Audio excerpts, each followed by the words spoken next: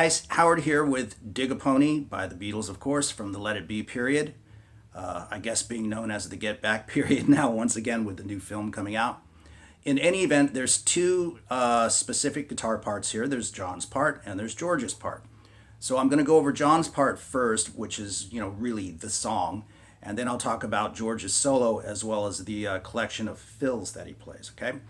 As a note, I'm in standard tuning and I'm using my Tele, of course, once again into my Orange Crush 20 practice amp.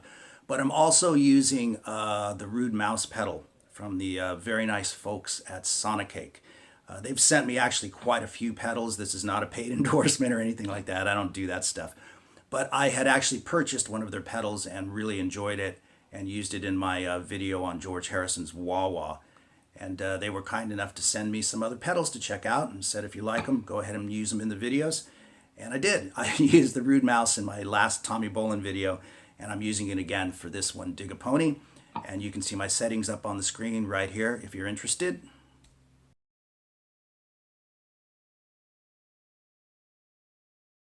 So let's get started with the lesson, and off we go. So here's the opening riff, the main riff, with the tab up on the screen for you. And I'll play it nice and slow so you can see what I'm doing, and along with the tab, I think you'll find it pretty easy to play.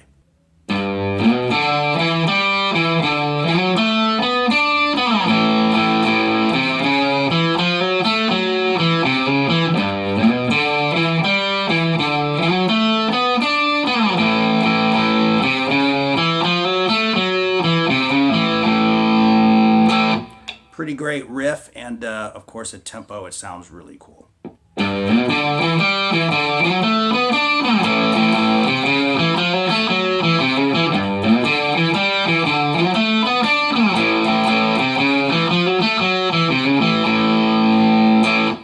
Really cool riff. John came up with some great riffs during the Beatles period. And so then we're right into the verse, okay? And we've got an A chord, Beatles style. So John plays the A chord barring like you might normally do, but also with his pinky on the 5th fret on the 1st string to capture that A note as well. And you can hear this particular version of the A chord being used in I've Got a Feeling as well.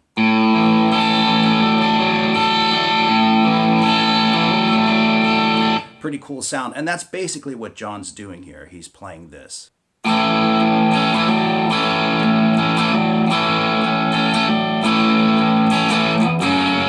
Before he goes to the F sharp minor chord. So if playing that high E is a bit rough for you, it is a bit of a stretch depending on how long you've been playing guitar, you can just play it without that. It still sounds great.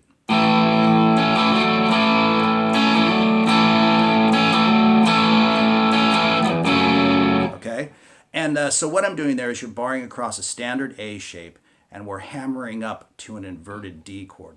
So your second finger hammers up to the 3rd fret on the B string, the 2nd string from the bottom, and then your ring finger hammers up to the 4th fret on the D string, the 4th string from the bottom. Very classic, sort of a Stonesy sounding. And you've just got that open A string ringing through the whole thing, okay? And the strumming on that is...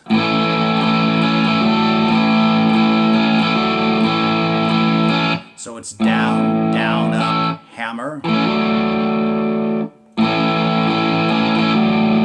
And you turn that into a loop.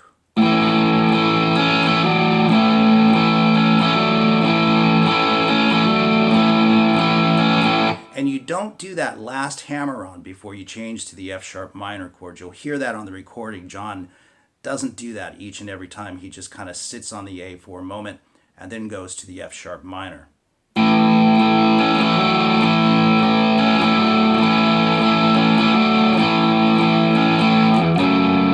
Just like so, right? So essentially you play 3 hammer-ons.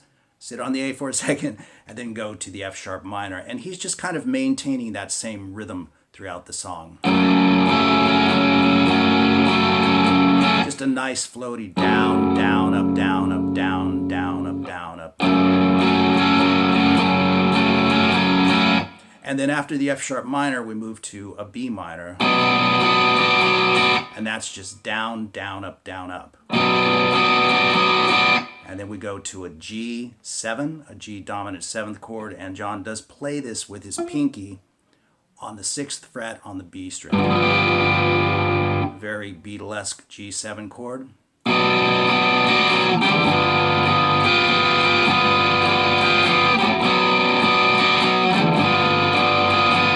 So what happened there is you're on the B minor chord for just one strumming cycle. Down, down, up, then G7 for 2. Back to B minor for 1. Back to G7 for 1. And then E7. Or you can play just a straight E if you like as well. That sounds good too. I like using the 7th in there. I think it gives it a little bit of an edge, especially against George's lead fills, which we'll talk about. So what we have here for the verse then is...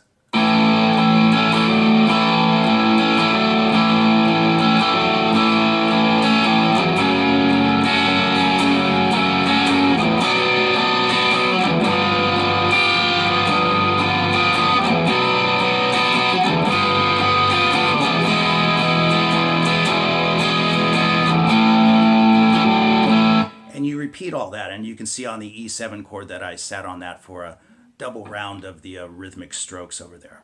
So as I said, you're going to repeat all of that before we go into the next part.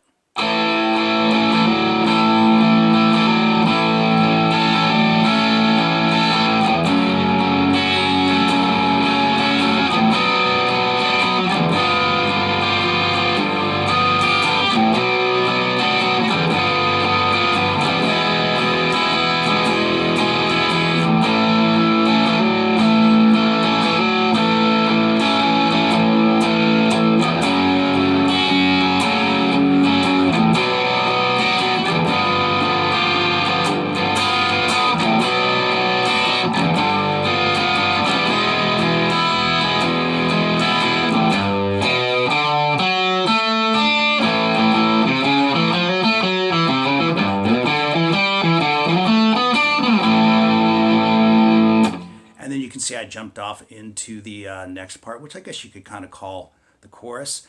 There's a couple of ways to play this actually. So coming off of that last E7 in the verse, they play this. And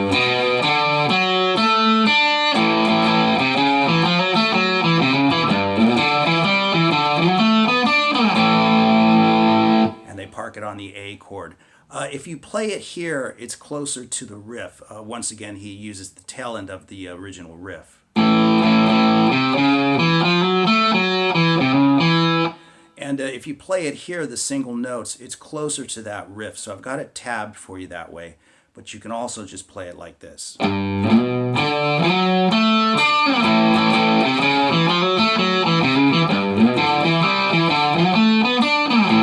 And it makes it very similar, right? So the notes played here, as you can see up on the tab, are... And you can slide into those just to give it a little flavor.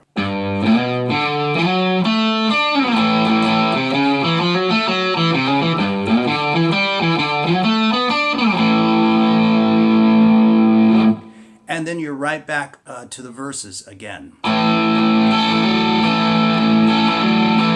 Doing all the same chords and everything that you did before, followed by the same part that I just did here. So those are all the rhythm guitar parts in the song. And then of course at the end of the tune, they jump right back to that original opening riff instead of playing. They do that over the choruses, right? But every time they play the riff instrumentally, you'll notice that they play that riff.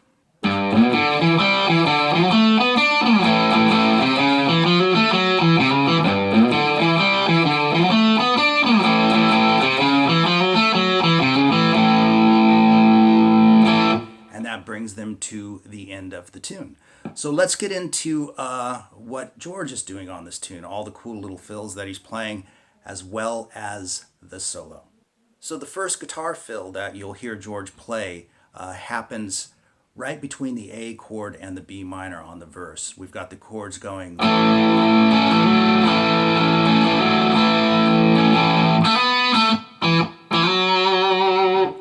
Now that lick right there, where he's hammering from the 2nd to the 4th fret on the B string, back to the 2nd fret, pull your finger up to the D string, 2nd fret, pick it twice and slide to the 4th fret. That lick is pretty stationary every time in that part of the song. There is one that he plays that is very different from that, but it's always going to be that type of thing, right? He might go. So I encourage you to make that your own instead of just trying to maybe copy every exact nuance that he plays.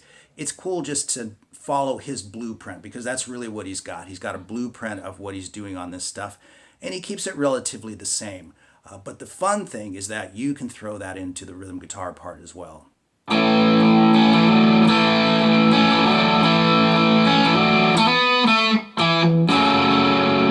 You see what I mean? Just play the lick or play it slightly differently before you land that F sharp minor chord. And then the next thing he plays, he pretty much plays every time.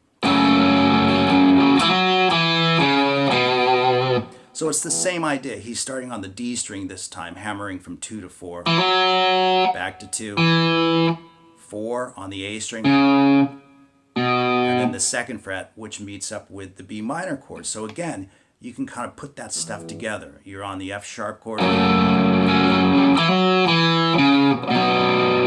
land the B minor chord instead of just the single note. And you've got this pretty cool composite of both guitar parts going on.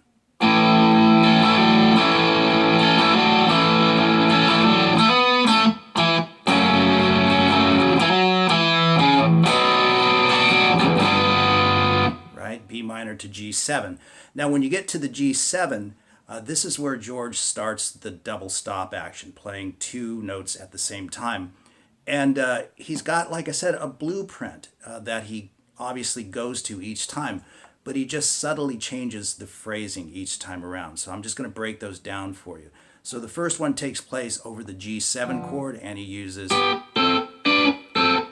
very standard blues double stops for this lick, and it is played like this. And as I say, that takes place over the G7 chord with the last 2 notes locking back to that B minor chord. So you'll want to use some hybrid picking for this. You'll be using your pick on the G string and a finger. I use my 2nd finger to pluck the 1st E string, okay? So this first riff, like I said, he's going to do variations on this. They're all going to be similar, but each one is a little bit different. So I thought I'd just take you through all of them. So the first one is...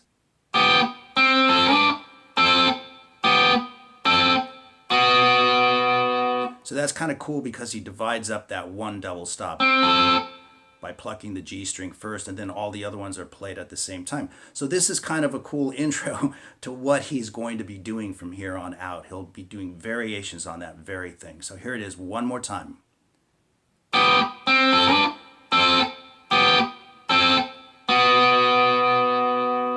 And then the next fill he plays, that takes him back to the B minor chord, to the G7 chord, and then he plays an extended fill over the E chord, which is played like this.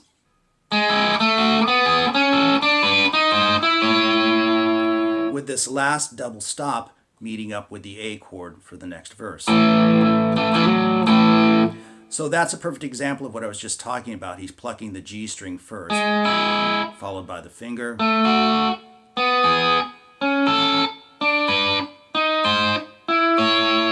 really tasty stuff.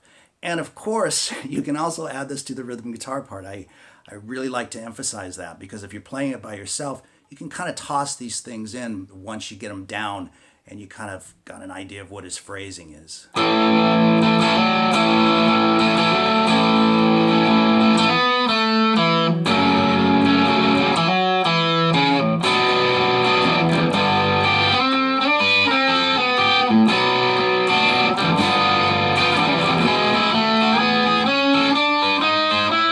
You can kind of jam out both parts if you want to, especially if you're playing in a trio with just a bass player and a drummer. It's fun to jump on some of those phrases. And you might have to change it a little bit rhythmically or whatever to get it to fit in the way you want it to, but you can still make it happen, and it's a lot of fun. So let's move on to the other stuff that he does, okay? So we're back on A now for the second verse, as I said, and the first two things he plays, like I said, they're pretty stationary throughout the song, and he might just vary them a little bit. Like in the second one, you'll hear him play.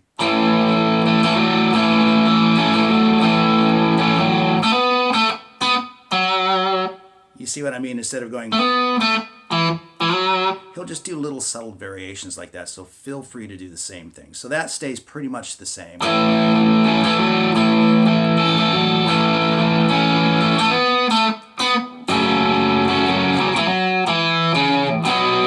That one will be the same as well. And then once again, when you hit the G7, he's going to do a variation on what he's done. And for this one, he's using the exact same double stops as he used before. But he plays it like this.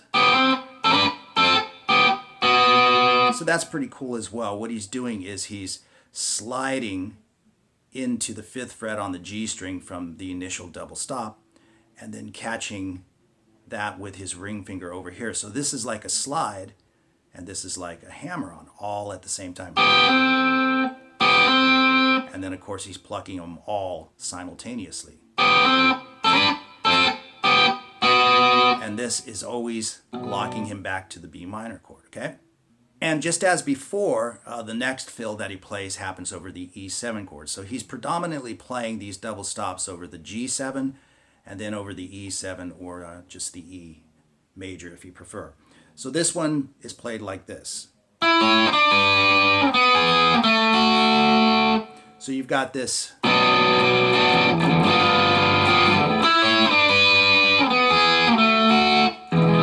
Which happens right over that E7 chord. So that's the next one that he plays. So we find ourselves once again back at the verse. So this is the other fill that I mentioned earlier that George plays that is decidedly different from the or. But it happens in the same spot. It happens over the A chord, and he plays. And so that's, again, he's hammering. It's the same chord that John's playing in the rhythm, but he's not hitting the G string. He's just playing the D and the B string, once again with that hybrid picking.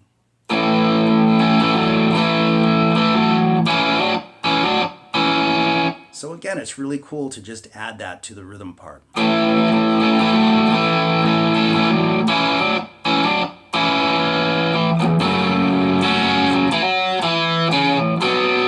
And that is pretty much the same every time. There might be very subtle differences in it, but that's pretty much the same every time. And it really stands out on the recording, of course. And the next fill he plays happens, of course, over the G7 chord again. And it's a fill that he's pretty much already played. But nice and slow on that again.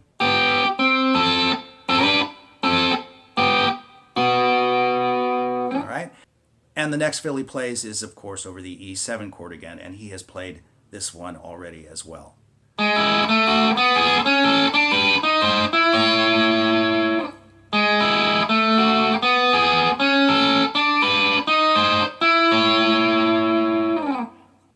And then, of course, you'll have your usual, however you choose to play that end. And so the next fill that he plays over the upcoming G7th chord, again, it's the same configurations, okay? It's the same double stops, but he plays it like this, plucking all the notes at the same time. So let me play that one nice and slow for you.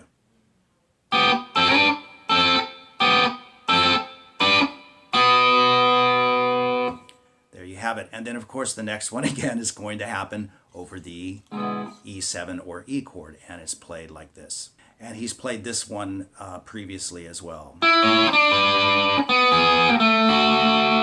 that one's exactly the same. So this takes us to a point in the song where we have George's guitar solo, okay? So let's go through that as well. I'll play it for you, and then we'll break it down.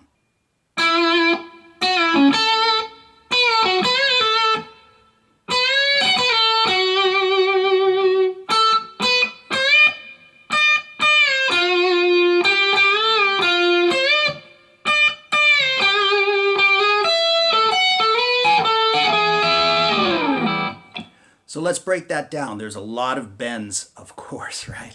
As is usually the case with his solos. But there's a lot of first finger bends, so those can be kind of tricky, okay? So we're on the 9th fret. You can see the tab on the screen. But we're on the 9th fret on the G string. Give it a good wicked vibrato. Then pre-bend the note, a full step, and release it. And then the 11th fret on the D string. And then with your second finger, 10th fret on the B string. So we have switch to your first finger. So that's a pre-bend. It's the same thing. It echoes that first part of the solo. So make sure you get a nice full step bend in there, right? So it's the same thing. Pre-bend it, release it, play 11, and then on 12, we're going to bend and release and pull off. So now we have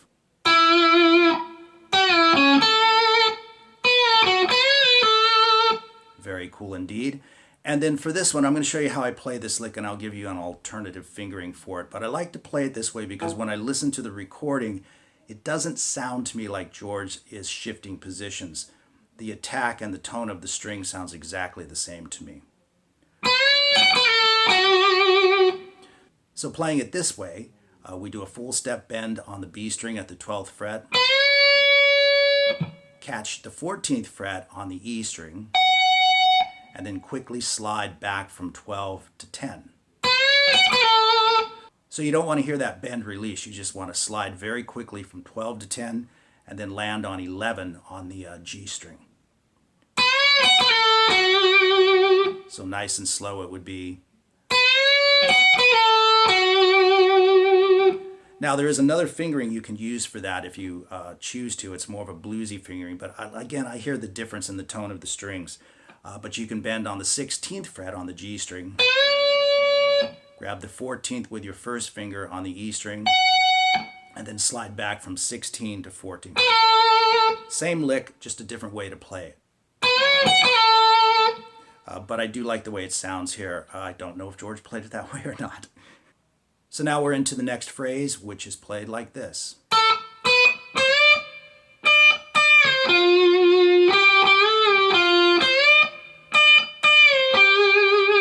So it's 10, 12, and bending at 13. And you hold the bend and strike it again with the pick. And then release it, okay?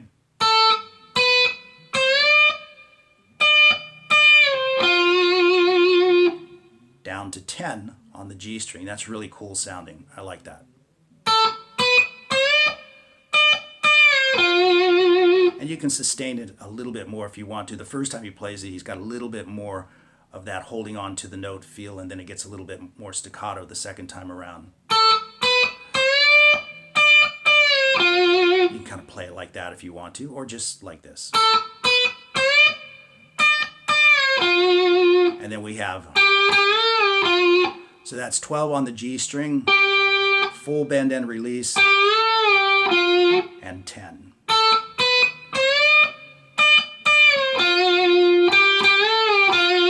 Come back to 13 and do the same thing again. But this time, instead of 10 on the G string, it's 12. And then he does some more double stop action. And that is played nice and slow.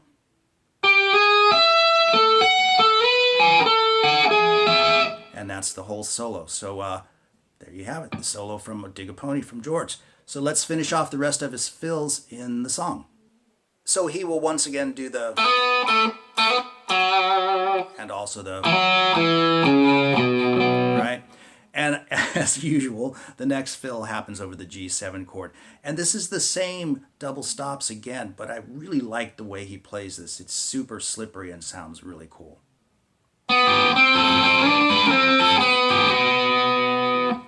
I just like the way he plays that, nice and slippery, and as you can see, he kind of just slides into that last double stop, which is really cool. So let me play that one for you slow.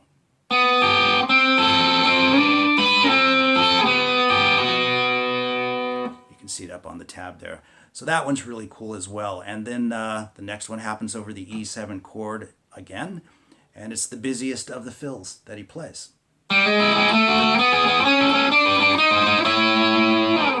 It's the exact same fingerings, same configurations, of course, but he's really jamming it here. He starts it off with a hammer on, and then you do the hybrid picking, then it's the 2nd fret.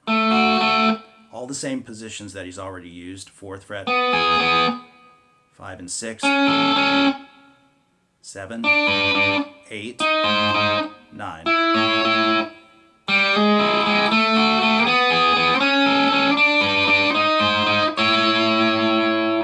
Pretty cool fill indeed.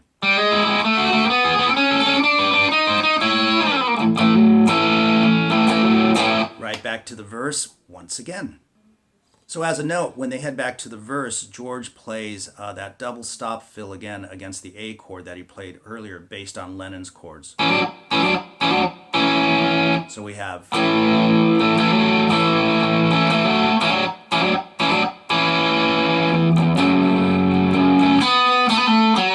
And that's the next fill that he plays. I'll just explain that one to you. 4th fret on the G string. Hammer on and a pull off from 2nd to 4 and back. And then 4 on the D string. And that takes you right to the F sharp minor chord.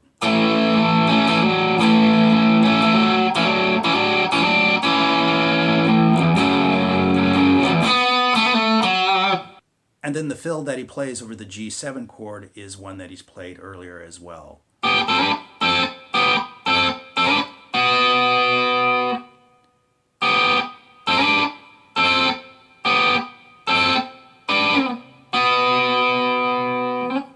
And then for the E7 chord, it's also one that he's played before.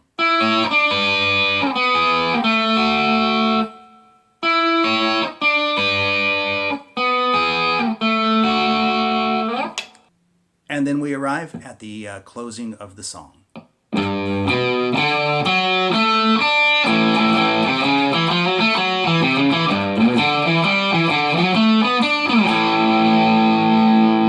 And again, you can play that riff with that alternate fingering if you choose. So after they play that, they just go back to the opening riff. They play it twice and end the song. But from that part, piecing it all together, it is played like this.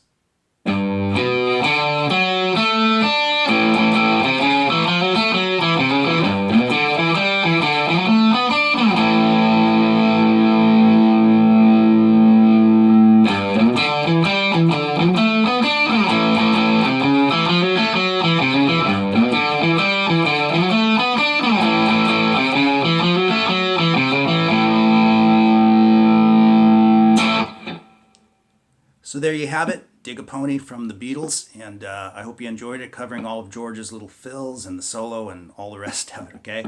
I'll see you guys soon, and as always, all the best to everyone, okay? Take care of yourselves. Bye.